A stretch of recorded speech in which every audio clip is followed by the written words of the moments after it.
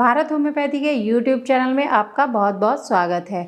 आज हम बात करते हैं ओव्यूलेशन के बारे में, यानी कि आपका ओव्यूलेशन हो चुका है और उसके बाद आपको कौन कौन से फूड्स खाने चाहिए या नहीं, क्योंकि कुछ महिलाएं आफ्टर ओव्यूलेशन अपना ध्यान रखना छोड़ देती हैं, जिसकी वजह से उनका ट्रांसप्लांटेशन फेल हो जाता है। ओव्यूलेशन होते होते उनकी प्रेगनेंसी फेल हो जाती है क्योंकि वो अपना ध्यान नहीं रखती, अपने खान पान का ध्यान रखने में वो चूक करती हैं।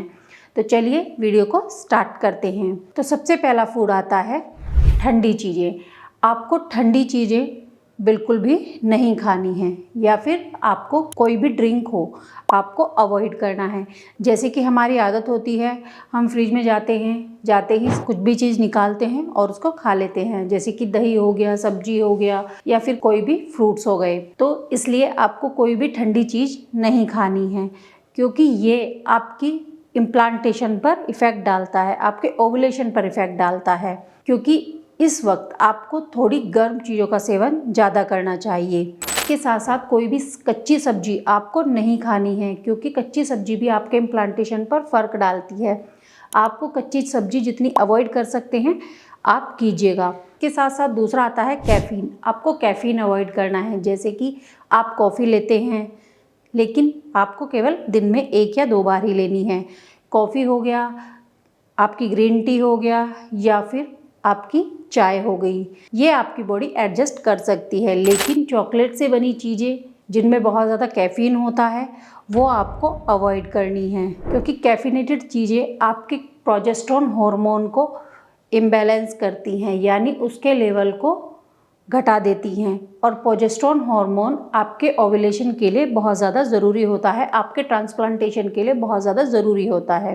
तीसरा है शुगर और मैदा से बनी जो चीज़ें होती हैं वो आपको पूरी तरह से अवॉइड करनी है, जैसे कि पेस्ट्रीज़ हो गई, केक या फिर डोनट।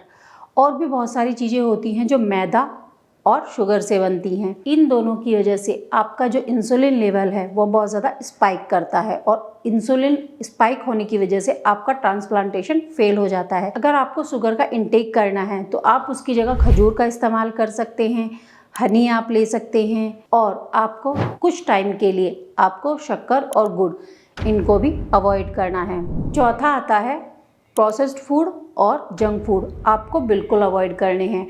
अगर आप प्रोसेस्ड फूड और जंक फूड को ज़्यादा इस्तेमाल करते हैं या फिर ज़्यादा इंटेक करते हैं, इसकी वजह से आपके ट्रांसप्लांटेशन पर फ़र्क पड़ता है, आपका ओव्यूलेशन भी फेल हो जाता है।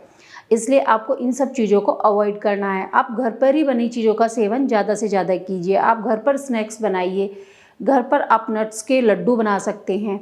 कोई भी चीज़ अगर आपका मन कर रहा है तो आप घर पर बनाकर खाइए। कोई भी जंक फूड या फिर प्रोसेस्ड फूड या फिर पैक्ड फूड का इस्तेमाल ना करें। पांचवा है आपको तेज मसाले की कोई भी चीज़ नहीं खानी है, जैसे जिसमें ज़्यादा लाल मिर्च हो, अजवाइन हो, या फिर ज़्यादा गरम मसाले हो, आपको उनको अवॉइड करना है। लाल मिर्च की जगह आप काली मिर्च का सेवन कर सकते हैं। इसके साथ साथ आपको पाइनएप्पल और पपाया का भी सेवन नहीं करना है, क्योंकि ये भी आपके ट्रांसप्लांटेशन को फेल करने में सहायक हो सकते हैं। तो ये थी जानकारी उन फूड्स के बारे में जो आपको ओव्यूलेशन के बाद भी नहीं खाने हैं।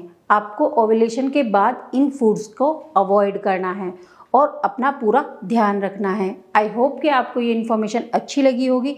मिलते हैं नेक्स्ट वीडियो में। आज की वीडियो के लिए इतना ही। नमस्कार।